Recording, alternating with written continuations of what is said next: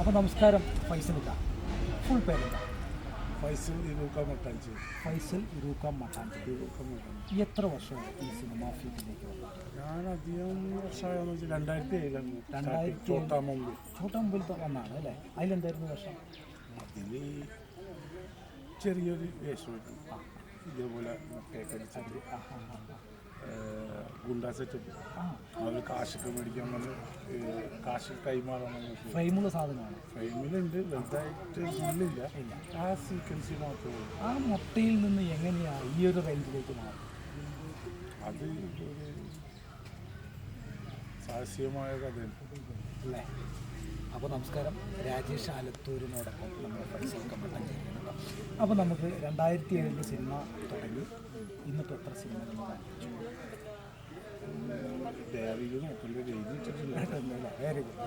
അപ്പോൾ അത്യാവശ്യം നല്ല ക്യാരക്ടർ റോളുകളിലേക്ക് നിങ്ങൾ വന്നുകൊണ്ടിരിക്കും. അത് കൊറോണ തൊട്ടിട്ടാണ് നല്ല ക്യാരക്ടറിലേക്ക് കയറി തുടങ്ങിയത് അല്ലേ? ഇപ്പോൾ ഈ അടുത്ത കാലത്ത് ഞാൻ കണ്ടത് കുറേ ഷോർട്ട് ഫിലിമിന് അവാർഡൊക്കെ കിട്ടിയല്ലോ അല്ലേ?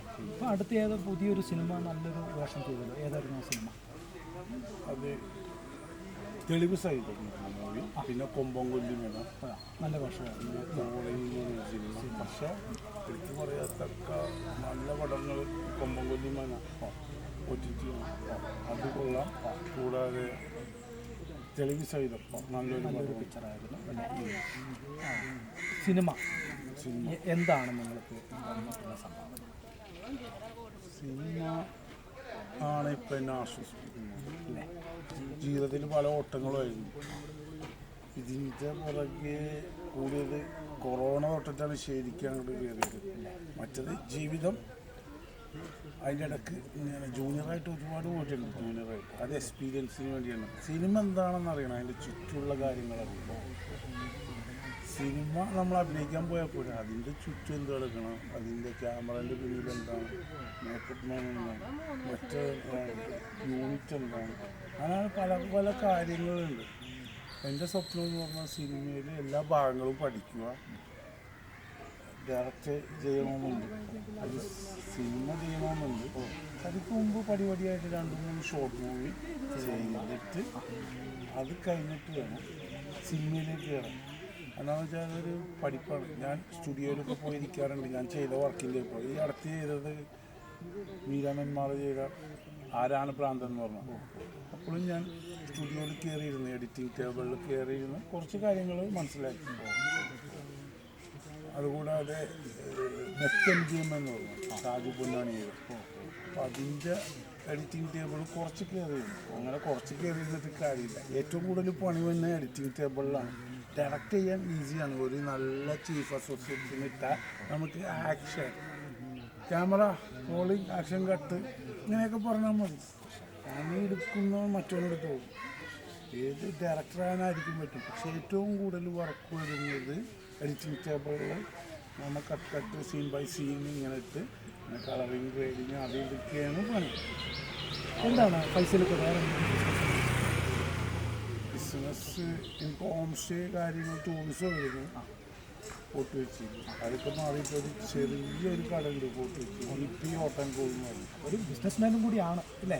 ബിസിനസ്സാണ് ബിസിനസ്. അത്യാവശ്യം എറണാകുളം ഡിസ്ട്രിക്റ്റിൽ തന്നെ അത്യാവശ്യം പടങ്ങളൊക്കെ ചെയ്യുമ്പോൾ തന്നെ ഈ ഇംഗ്ലീഷുകാരെയൊക്കെ വേണമെന്ന് പറയുമ്പോൾ നിങ്ങൾ എത്ര പേരെ വേണമെങ്കിലും സംഘടിപ്പിക്കാമെന്നൊരു കഴിവ് നൽകുന്നുണ്ട്. അതെങ്ങനെയാണ് സാധിക്കുന്നത്? നമ്മൾ ഫോട്ടോ വെച്ച് അതെ അല്ലേ? ഇംഗ്ലീഷ് നന്നായി സംസാരിക്കും. ഇംഗ്ലീഷ് സംസാരിക്കും, മറ്റേ ഫ്രഞ്ച്, ജപ്പാൻ. എത്ര ഭാഷ അറിയാമോ? അതെല്ലാം കുറേച്ച ഇംഗ്ലീഷും മലയാളവും ഹിന്ദിയൊക്കെ നമ്മൾ സംസാരിക്കും. മറ്റൊരു കുറേച്ച അത്യാവശ്യം പിടിച്ചു നിൽക്കാനുള്ള ഒരു ട്രെൻഡ് നമ്മുടെ കയ്യിലുണ്ട്. അത് ക്യാച്ച് ചെയ്യാനുള്ള ഒരു ട്രെൻഡ്. ഞാൻ ഈ അടുത്തൊരു പടത്തിൻ്റെ വർക്കിന് പോയപ്പോൾ എത്രയോ ഇംഗ്ലീഷുകാർ ഞാൻ അവിടെ കൊണ്ടുവരുന്നു. അത് നമുക്കൊരു കമ്പനിയുണ്ട്, സത്ര മൂവീസ് എന്ന് പറയും. അതിൽ ഞാൻ വർക്ക് ചെയ്യുന്നുണ്ട്. കൊച്ചിയിലുള്ള ഒരാളാണ് അതിൻ്റെ ഓണർ. അപ്പോൾ പുള്ളി എനിക്ക് സബ് ഫോറിനേഴ്സിന് സപ്ലൈ ചെയ്യണവർ അവരാണ് എവിടെ ആയാലും സിനിമയിൽ. അപ്പോൾ അവർ സപ്ലൈ ചെയ്യുമ്പോൾ ഞാനതിനെ ക്യാച്ച് ചെയ്തിട്ട് അവരും ഞാനും കൂടി അവിടെ കൊണ്ടുപോയിട്ട് അവരെ ട്രീറ്റ് ചെയ്തിട്ട് സിനിമയിൽ അവർ അഭിനയിക്കും. ഈ ഇക്കാക്ക് ഈ കാലിൻ്റെ ഒരു പരിമിതി എങ്ങനെയാണ് അത് ചെയ്യുന്നത് നിങ്ങൾക്കതൊരു പ്രോത്സാഹനമാണോ, അല്ലെങ്കിൽ അത് നമുക്കൊരു വിഷമമാണോ, അല്ലെങ്കിൽ അതിനെയെല്ലാം ഇരുമ്പിനെ തങ്കമാക്കുകയാണോ? എന്താണ് നിങ്ങളുടെ ഒരു ചെറിയൊരു പ്രോബ്ലം ഉണ്ടെങ്കിൽ പോലും അതിനെയൊക്കെ വകവയ്ക്കാതെ മുന്നോട്ടുള്ള യാത്ര അതിനെന്ത്?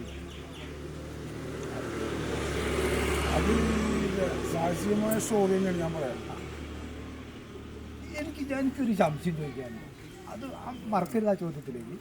ഈ ഒരു ആർട്ടിസ്റ്റായി താങ്കൾ അല്ലേ ഇപ്പോൾ ഗ്ലാസ്സൊക്കെ കയ്യിൽ വെച്ചുകൊണ്ട് നടക്കുന്നു, എന്നതിൻ്റെ ഒരു ട്രിക്ക് എന്താ? ഇതിൻ്റെ ട്രിക്ക് ഇത് കണ്ടത് ഞാൻ ആർട്ടിസ്റ്റിൻ്റെ പേരൊന്നും പറയണ്ട, എന്താ പറയുക, ആരും ഇൻസെപ്റ്റ് ചെയ്യണ്ട. അപ്പം ഇന്ന ആളൊന്നും പറയണ്ട, പക്ഷെ ഒരു രൂപം പറഞ്ഞാൽ മതി. ഒരു ലൊക്കേഷൻ പറഞ്ഞ ഒരു ലൊക്കേഷനിൽ കണ്ടു. ആ ലൊക്കേഷനിൽ അതിൻ്റെ മെയിനാണ് ഇങ്ങനത്തെ കളറുള്ള കപ്പ്. തിരിച്ച് അടയേക്കുന്ന ആൾക്ക് പേര് പറയുന്നത്. അപ്പം ഇങ്ങനത്തെ കപ്പ് അയാൾ പിടിച്ച് എപ്പോഴും ഇതൊക്കെ സിമ്പിള് പൈസ ഉള്ളൂ. 50 റുപ്യ ഉണ്ടാവുള്ളൂ. 50 ഇത് ഹോൾസെയിൽ മേടിക്കുമ്പോൾ പക്ഷെ നമ്മൾ ഇത് മേടിക്കും 150 രൂപ.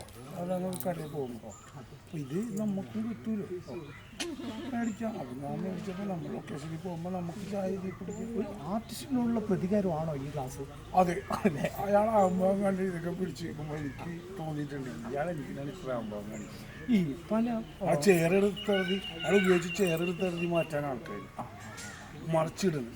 അയാൾ ഇങ്ങനെ വിളിക്കരുത്, അങ്ങനെയൊന്നുമില്ല. ഒരു ആർട്ടിസ്റ്റ് എന്ന് പറഞ്ഞാൽ എല്ലാവരും തുല്യരാണ്, മനുഷ്യന്മാരാണ്. നമ്മൾ വളർത്തിവിട്ട ആൾക്കാർ ആർട്ടിസ്റ്റ്. അവരെ മറക്കരുത്, വളർത്തിവിട്ട ഈ ജനങ്ങളെ മറക്കരുത്. അതാകണം ആർട്ടിസ്റ്റ്. അങ്ങനെ ആയാലാണ് വീണ്ടും സിനിമകൾ ഓടാൻ പറ്റും, ഇല്ലേ? ഇല്ലെങ്കിൽ തളർച്ചയാണ്. ഇക്ക നമ്മൾ നേരത്തെ ചോദിച്ച അതേ ചോദ്യം, നമ്മുടെ കാലിൻ്റെ ചെറിയ പ്രശ്നങ്ങൾ അത് ഞാൻ പറയാൻ പോയത് എന്ന് പറഞ്ഞാൽ ഇത് കാലിൻ്റെ എന്ന് പറഞ്ഞാൽ